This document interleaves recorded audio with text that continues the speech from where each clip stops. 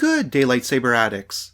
Today's video is on 10 interesting facts of Rey from the sequel trilogy. Remember to subscribe and share these videos as it does help out the channel a lot. Now, let's get into this. Number 1. Rey, a Force-sensitive human female, was a scavenger from the frontier world of Jakku. Number 2. Born in 15 ABY, during the New Republic era, Rey grew up alone on Jakku, working as a scavenger in order to survive on a barren desert world. Number 3.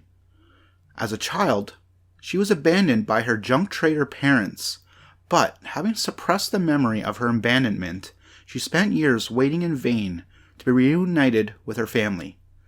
Nevertheless, life on Jakku shaped her into a survivor, allowing Rey to develop various skills as a gifted mechanic, pilot, and warrior.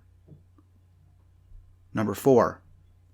In 1 BBY, during the early rebellion against the Galactic Empire, and more than a decade before Rey's birth, her voice was heard by Padawan Ezra Bridger during his brief visit to the Worlds Between Worlds, a place that existed beyond time and space.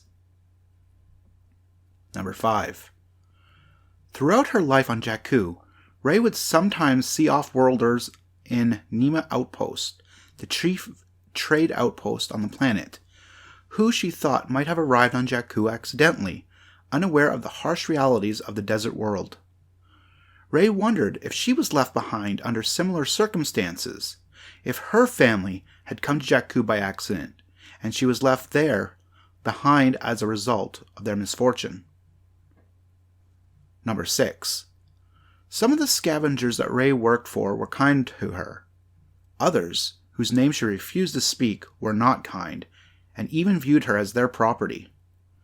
As Rey's skills as a scavenger grew, she began to realize that while other scavengers needed her, she did not need them. She struck out on her own, utilizing the skills she had to scavenge and survive, but no one took her seriously at first.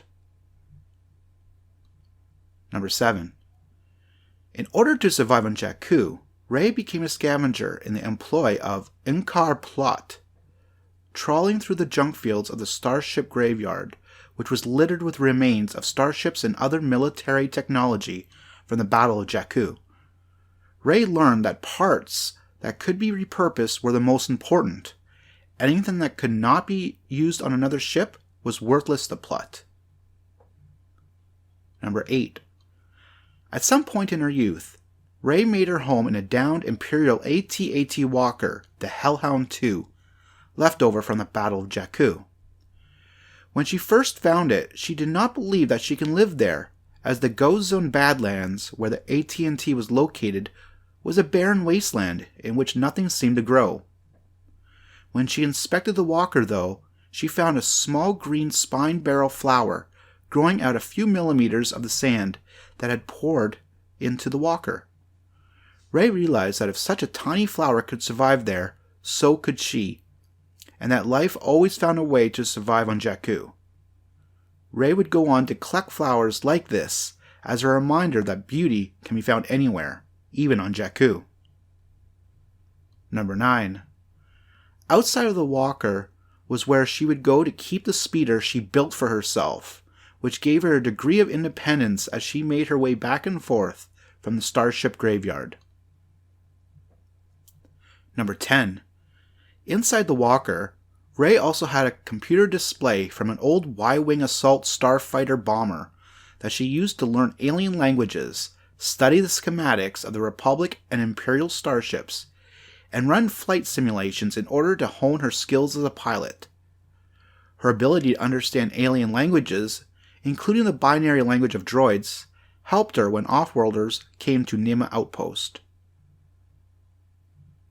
So I do hope you liked the video on Rey. Rey's a pretty interesting character. I do hope we see more character building in Episode 9. What do you think of Rey? Let me know in the comment section. Take care, and have a great day.